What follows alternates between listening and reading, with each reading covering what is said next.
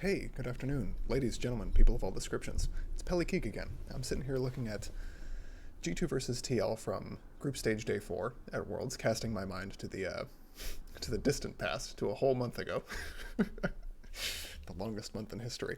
Um, anyway, I just wanted to go through these picks and bans because the drafting process is interesting, and I'm using interesting to be diplomatic. I think both teams end up with a bad draft, and one of them is just better. And this is uncharacteristic from both of these teams. So anyway, I'm going to play the picks and bans real quick. Both teams' ban strategy is pretty straightforward. So we'll go through it at 1.5 speed. Both teams with some for fun expressions here. G2's just living it up. They're like, yeah, we are the best team in Europe. True. Impact, rock solid. Focus as always. Okay. Tactical looking nervous because he's the new guy on the block. I love Tactical. I'm a big Tactical fan after this tournament. So, bans so far. I mean, nothing extremely complex, right? This is the ban the Impact show, right? There was kind of a meme going around during the early phase of this tournament that Impact only played 3 champions. And at this tournament, that's true, kind of, but I think this is a bad strategy. Let me show some pics and I'll explain why. Okay, pause. So, this is the B1 Renekton. Right, B1 Renekton for Wonder. I already don't like this, and here's why. I don't think Renekton is that good of a champion, just in a vacuum. I know he's a lane bully, I know he's abusive, I know he has good setup for ganks and stuff. But I don't think he's good enough at those things to justify having Renekton on your team. Right? If you don't have some other like fallback scaling option, or you don't have something in the tank where you're like, yes, and my mid laner and my bot lane are going to scale really well, I don't see the value of the Renekton. I also don't think that blue side pick one, blind pick Renekton is a good thing for Wonder. And given the way G2 plays, where it's like, this year G2 has basically been Wonder and Caps, I would say. Wonder and Caps are probably going to be the carries for the team, both because of the meta and because of how they play in general, right? Perks is usually in a more supportive role with Mickey. I think sticking Wonder on blind pick Renekton is hamstringing him a little. Which, you know, why? Right? He's one of your star players. Because what this suggests is that we're setting up a counter pick for somebody else. Right? Like, Wonder's just going to play a Renekton, have a strong lane, or be playing into a counter matchup, whatever. He's just stuck on the blind pick Renekton. And we're setting up a counter pick for somebody else. Which, if I was G2, I would want to set up a counter pick for Wonder. Right? But at the same time, the bans from both teams are pretty clear. This is the ban out the Impact show from G2. I get it. Right? I understand Target banning one player. I think Impact is a bad player to pick because he's... Banning out Impact is banning out top lane, and top lane is not the most impactful thing in the world in this tournament, in this meta, right? Banning out mid laners and junglers is much more effective, I think. Like, there's just too many champions in top lane that you can pick and just be brain dead on, right? Like, Malphite, Maokai, Sion, right? Like, given 3 bans, yeah, you banned Impact's 3 best champions, but he can always just pick, like, a weak side top thing and just be like, right, whatever. Me top laner, me farm. Conversely, the bans from Team Liquid, I think were much better targeted. It's Caps' signature playmaker, right, in the Twisted Fate. His playmaking carry. His just oppressive laner carry in the Lucian. And then Wonder's Camille, which is just monstrous. Right? So I think it's much better. I much prefer. I don't know that it's objectively better. I much prefer this kind of like, let's ban the greatest hits approach versus the let's target ban one person. Because if you are going to target ban one person, if you're G2, there's a much better target to ban, right? Ban Broxa. In terms of champion pool issues, I think he's the person on Team Liquid who has the most severe champion pool issues. Impact has been playing these three champions, not because he can't play any others. It's just that these are the best three and the three he prefers, right? I don't think he'd be unhappy playing one of the lower priority picks like the Jax, a Scion, whatever. But anyway, that's enough said about that. I think it's a mistake to overinvest into banning out Impact versus taking away a couple of high priority picks from everybody as Team Liquid did. So I don't like this from G2. It's not terrible. It's whatever, right? We'll take it. Again, B1 Renekton. It's like having nice warm socks on and stepping in a puddle of water. Every time I see it, it just ugh. And the next two picks from Team Liquid are nothing particularly surprising, let's say. And this is the problem I was talking about, right? Because Impact, that is a great freeze frame of Jensen. That one's not much better. Whatever. The problem with what G2 has set up here is they have banned out Impact's top 3 priority picks, and he just went to number 4. He was like, oh, okay. Right? Sure. I'll just play this other fairly brain-dead bruisery top laner. Whatever. Right? It's not like there's a shortage. And interestingly, what's happened here is that Impact has actually gotten a good matchup. So they banned out Impact so that he wouldn't have, no pun intended, so he wouldn't have an impact. Got the lane bully for Wonder, but then Volibear is perfectly happy playing into Renekton top. Like, the 1v1 in lane is not, I don't think it's a hard stomp either way. I think it's kind of an as-played matchup, right? Either one can win, which is not really what you prefer if you're Renekton, right? You want to be winning. And then Broxa locks the Graves in, because frankly he only plays this and like a couple other champions, right? No flame, by the way. That's not intended to be like Broxa sucks, but it's just, you know, Broxa's got a limited pool of champions. He was always going to pick this if it was an option, and it could have not been an option. They could have picked it away from him, but whatever, right? We got our B1 Renekton. I'm really spending a lot of flame on the B1 Renekton because I think it's an error. Let's just say. Now, let me see the pick from Caps here, and then we'll pause and talk about this. Okay, so this is never supposed to happen, I feel, at a tournament of this caliber. I don't think you're ever supposed to be able to get Nidalee and Renekton on blue side at the same time, right? Because you have to pick one, and then the enemy team gets to do a rotation of 2 picks. I should change colors. Sorry. You get to do one, right? Changing colors is not happening. So you get to pick your Renekton, right? Your first pick Renekton, and then the enemy team gets 2 picks. And then you have to wait for the Nidalee. And the Nidalee has been turbo priority, right? Everybody wants the Nidalee. I'm pretty sure the only reason they're allowed to get Renekton Nidalee on blue side is simply because Broxa doesn't play it, the Nidalee. I think he just doesn't play like a world-class competitive Nidalee, is probably why this happened. So this draft is already weird. And there's another really weird thing going on. I'll play this a little further. And they pick the Ashe for perks, which, again, no surprises, right? Supportive champions for perks. Setting up Caps or Wonder to carry with the supportive pick from the AD. Now, pause here, right?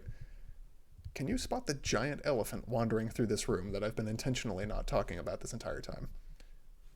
Okay, we are 6 bans and 6 picks into this draft, and there is not a Syndra in sight. What in the world? I mean, if you watch through all the Games of Worlds 2020, like from the play-in stage forward, that just doesn't happen. Like, Syndra gets blind picked, You know, like one of these two picks could very easily have just been a blind Syndra. And similarly, this could have been a blind Syndra. Because, first of all, these are both great Syndra players. I think Caps' Syndra is somewhat better than Jensen's. Partially because Caps is a god. But they're both Syndra players. And Syndra is a turbo high priority pick that doesn't have a lot of terrible matchups. And is just a solid champion, right? Like, not a bad laning phase, scales really well, multiple play styles, lots of utility, you know, etc. And they just, like, mysteriously just both teams forgot about it for some reason. Like, no, we gotta get the Ashe. That's, like, I'm just looking at these picks, and, like, the Renekton Nidalee thing I understand, right? This is a broken duo. But I'm just looking at each of these picks individually, right? I wouldn't assume that I was going to get this on blue side. And I'm just looking at each of these picks individually. I was like, why is none of these Syndra? Like, what is happening? Why is Callista foremost in your mind? Right? I don't know. I always look at the AD carries at this tournament so far, and I'm just like, yeah, but what AD carry actually has priority? You know, there's, like, priority, like Jhin and Ezreal and everything, but I mean, against a Syndra, or versus a Syndra, rather, as opposed to a Syndra, like, oh, also, pause. At this point, it's pretty clear what G2 is going for. They're going for what I'd call, like, more like an LPL style. I'm specifically thinking of LGD, where it's just like, okay, let's trash lanes, right? Strong early game. The Renekton Nidalee especially is a bit offensive as far as how strong it is early.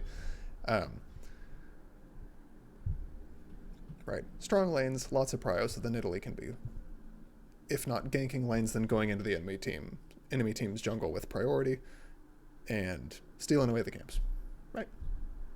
Sure. It's kind of the solo queue strat. It's like trash the enemy jungler. And, you know, honestly, Graves is susceptible to it. Fair enough. I think the Callista pick is a little smarter than I gave it credit for earlier, because Ashe doesn't dumpster Callista. I would think this is kind of a wash as far as the picks go, because Ashe is going to harass you better, poke you out more, have more control of the wave. But if it comes to an actual fight, I think Callista wins. Like an actual all-in fight. I think Callista will win that. So, right? The bot lane matchup is Conversely, Team Liquid is going for their characteristic lack of characteristics as far as the team goes. Just kind of a bunch of, like, there's no real identity yet. Again, strong early champions, Callista, Volibear, and, you know, Graves is okay. But there's no, like, cohesive thing going on just yet.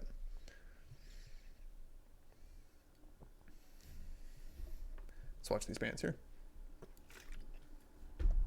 Tahm Kench is interesting, because the Tahm Kench ban signals that Team Liquid want to do something pretty aggressive bot lane, which makes sense with a Callista. They want to... Tahm Kench is kind of the great negator. Like, if you engage on him and he just goes, oops, nope. Right. He just prevents the fight from ever happening, so you can't beat whoever he's with. I don't think G2 had their pants on fire to pick Ashe Tahm Kench, but it would be very, very safe. So, Banning Leona. Okay, that makes sense. Right. This is, yeah. you don't want Leona Callista beating your bot lane. That's a bad move. That's a lot of hard initiation taken away from Team Liquid. This is good from G2. We take those. And then I don't recall... Oh yes, this last ban from TL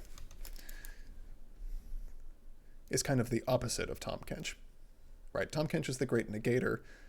Pantheon is the great initiator. Right? He's like, Pantheon, any lane with Pantheon in it is a kill lane. Like, Ashe might not necessarily be the best partner for him. You know, it's not Pantheon Jhin or whatever. But, okay. Ban number 10 of this game is Syndra. G2 finally realized, they were like, wait, wait, Syndra's a champion. Fellas, Syndra's a champion and they get to pick before us. Hold on. Right? And I know I'm harping on this, but like I am mystified by why this is band number 10 and not picked in any of these picks. If you know why, drop me a comment. I am actually baffled. It's like, given the priority that she has before this in the tournament and after this in the tournament, it's just wild. But they realized like, oh wait, Jensen can just pick the Syndra. Don't allow that. I mean, I understand banning Syndra no matter what's going on in the rest of the draft, right?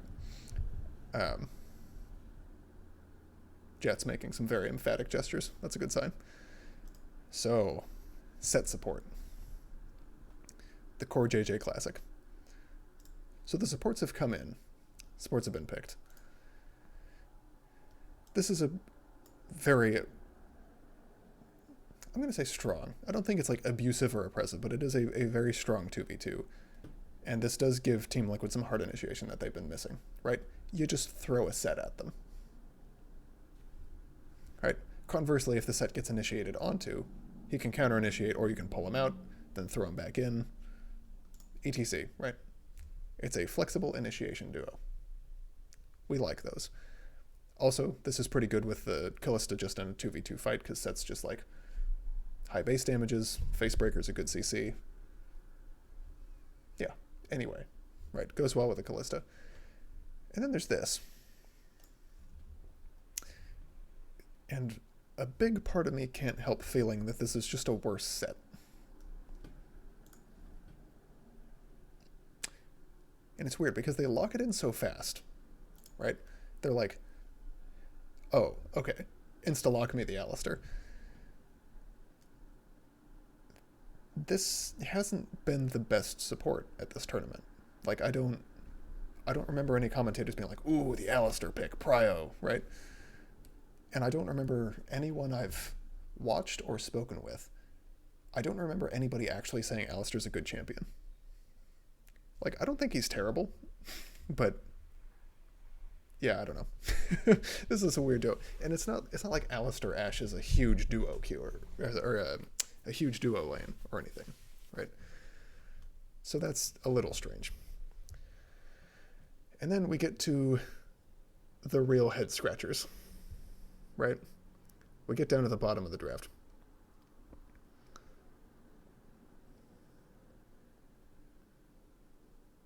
This is the part of the draft that actually genuinely confuses me, right? I don't really get the Alistar necessarily. Let me let everybody swap around. I don't super get the Alistar. I definitely do not get the Jace. Okay, because like when you're finishing out your team comp as G2 here, what are you lacking? Right? You are lacking a good scaling option. Right? Ashe is an AD carry, and so she kind of scales okay by definition, but she is not the hardest scaling AD. You're lacking a good scaling option, because I think Renekton, Nidalee, and Ashe all kind of fall off. You're lacking a little bit of CC. You're lacking initiation. And I know there's an Alistar and an Ashe on the team, but you're still lacking initiation, and I'll talk about that in a second. But you're lacking CC, initiation, and a really good scaling option, right? And Jace is exactly none of those things. So I am baffled by this Jace pick. Oh, and there's another reason I forgot to mention. They pick the Jace for Caps, which I don't think is really a Caps champion. And they pick it when the Orianna is available, right? They fully have the option to pick Orianna Alistar, to layer the Ori onto the alley, and they just don't. It's another one of these weird, like, North American mind control things where G2 just, like, forgot that Orianna was a champion. Because, I mean, think about how sick this team comp is if you have Alistar and Renekton running up with an Ori ball. That's way better than those two champions in a vacuum, right? The Alistar is actually... Well, the Alistar is a nightmare, right? Because he's running at you with Headbutt, Pulverize, and then a Shockwave on top of it. and it renders the Renekton actually useful. No flame, again. Because, otherwise Renekton is just a big dumb crocodile that runs at you and, like, maybe stuns one person. But with an Ori ball in play, it's like, okay, well, I actually can't stand near this guy because he's going to deliver the ball to me, right? And instead they inexplicably pick the Jace, I guess? And here's my issues with the Jace, right? Okay, that's 1, 2, 3 physical damage sources for G2. So armor is going to be very, very valuable, right? And a lot of these champions have very easy armor paths in their builds, right? You build Ninja Tabby, and, like, oh, the value for Team Liquid, right? And I also don't like... There's too much to say. I think Jace, they picked it to be like, okay, let's have a strong early game mid laner. Okay, cool. I don't feel like Jace's early game is better by that much than Orianna's. Like, he's gonna beat her up for sure, right? But Ori's no slouch, right?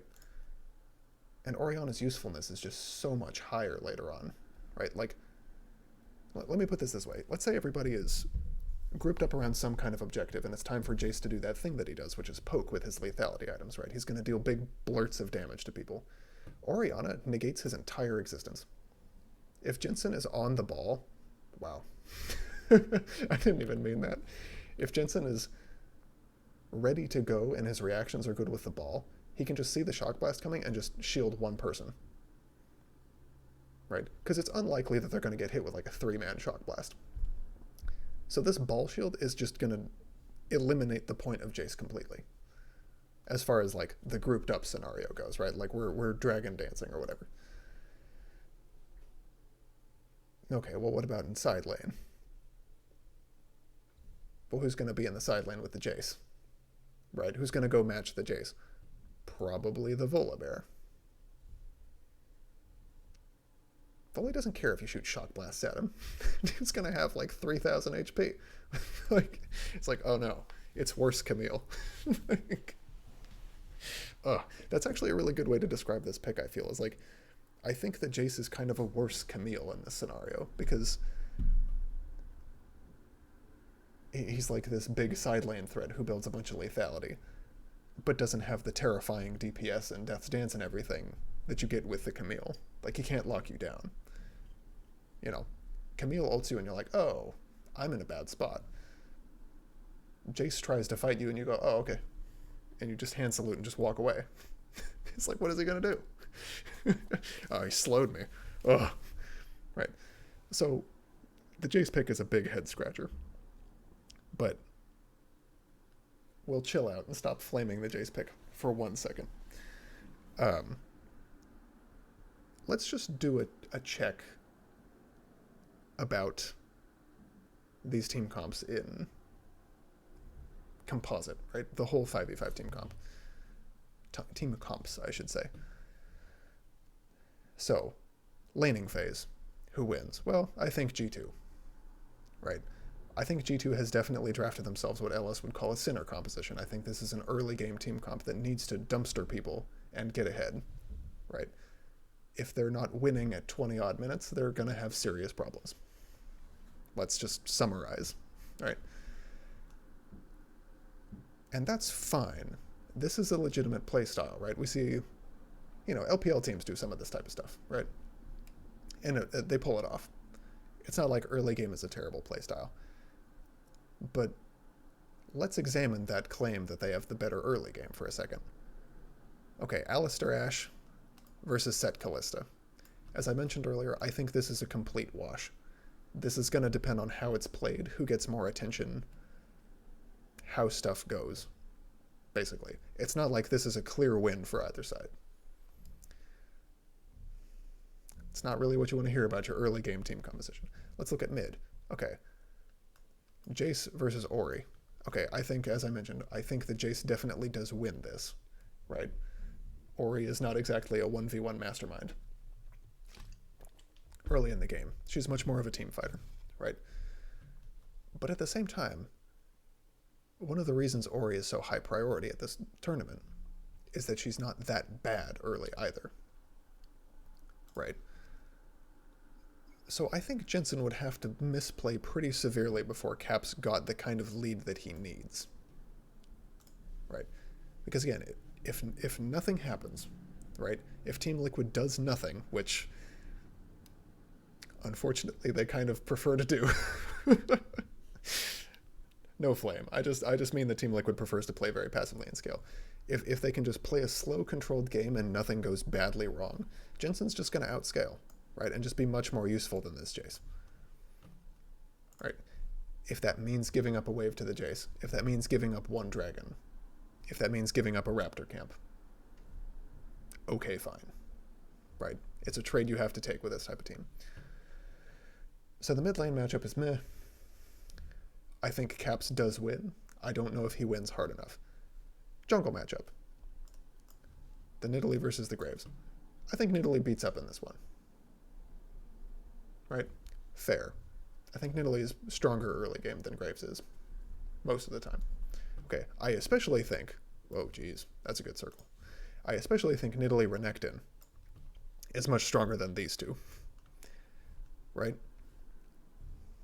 This is just unfair. Like, Nidalee and Renekton versus pretty much any two other champions. It's like, well, it's doomed. But that segues nicely to the top matchup. Renekton versus Volibear. Okay. Yeah, Renekton's a really strong early game champion. How much stronger is he than Volibear?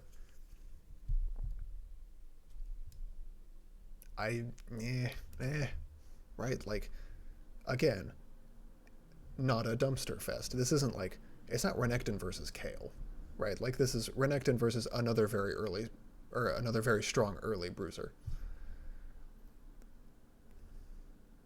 Okay, so the claim that G2 has a very strong early game is true, but Team Liquid has successfully mitigated it with a lot of their champion picks, basically.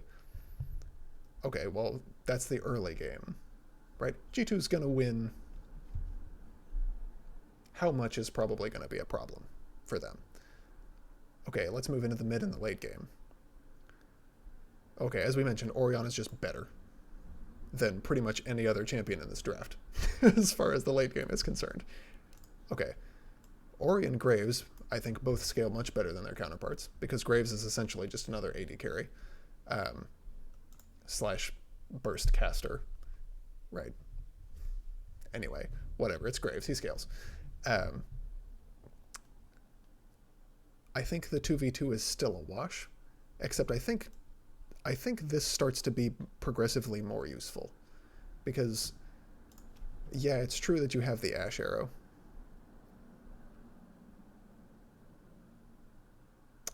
I take that back. I think this is pretty much a wash at most stages of the game. Kalista individually, I think, is a little more survivable than the Ashe is, because you can jump around. Right? Ashe is very immobile and very much a sitting duck. But I don't have a clear preference on either of these 2v2s. My opinion is that Kalista set is going to be more useful and more flexible. Right? If they need to get in, they can. If they need to get out, they can. I just prefer I just prefer Kalista set. I keep wanting to say Ashe set, and it's just wrong. Yeah. I think the initiation thing is pretty even between these two. And that's what they need to do, so whatever, right? Top lane. I was thinking about this earlier. I think Volibear is the same champion as Renekton. I think Volibear is a Renekton cosplay. Except Volibear is Renekton plus power creep, because here's what they bring to the team, right? Okay, point and click stun. Check. Actually, let's just do the rundown here. Point and click stun is on both champions. Renekton heals himself, Volibear shields himself. And the shield, in my opinion, is a better form of healing. Right? Because there's no shielding reduction, right? Nobody's going to ignite you and turn off your shield, right? That's not happening. Also, the shield doesn't depend on hitting a bunch of enemy champions, right? It just happens, regardless of the damage you're dealing. So I think the shielding beats the healing. Their ultimates both give them a bunch of HP and make them tanky, right? Except Volibear's can turn off turrets and is a gap closer. It's a friggin' turret deactivating gap closer, right? So I don't think either of these champions has a particularly good late game, but if I was just picking, I feel like I'd want the Volibear every time. As far as having a tank and an initiator, if I had to pick one of those two, right? Given that Auron and Shen and everybody are removed. Also, hey, gap closer that makes him really tanky, Orianna ball delivery, right? Look at G2's team composition. They're never killing this guy, right? A lot of their damage is burst-based. I think Jace counts as a burst champion. Nidalee's very bursty. Renekton, in the later stages of the game, just kind of doesn't deal damage in general, but if he does, it's pretty much in a burst. You're never killing this guy, right? If he builds full tank, which I don't think he ends up doing, but if you just go full tank, the Ashe can probably kill you eventually, right? But that's not what you want the Ashe to be doing. I mean, it's like, that is what you want the Ashe to be doing, but like, ideally, you don't want to be anywhere near this person if you're Ashe, right? You'd rather be in the back behind all your front line that you don't really actually have. Which kind of leads me to the next point in terms of like frontline and starting the fight off. G2 does have the Ashe arrow, and that's kind of their saving grace, because otherwise Alistar just relies on somebody from Team Liquid just standing in the wrong place. Like one or more persons from Team Liquid just getting too close to him and letting him combo. Having watched a lot of Team Liquid gameplay, I don't think they're very likely to do that. I don't think they're very likely to be positioning aggressively and risking too much for an objective, let's say.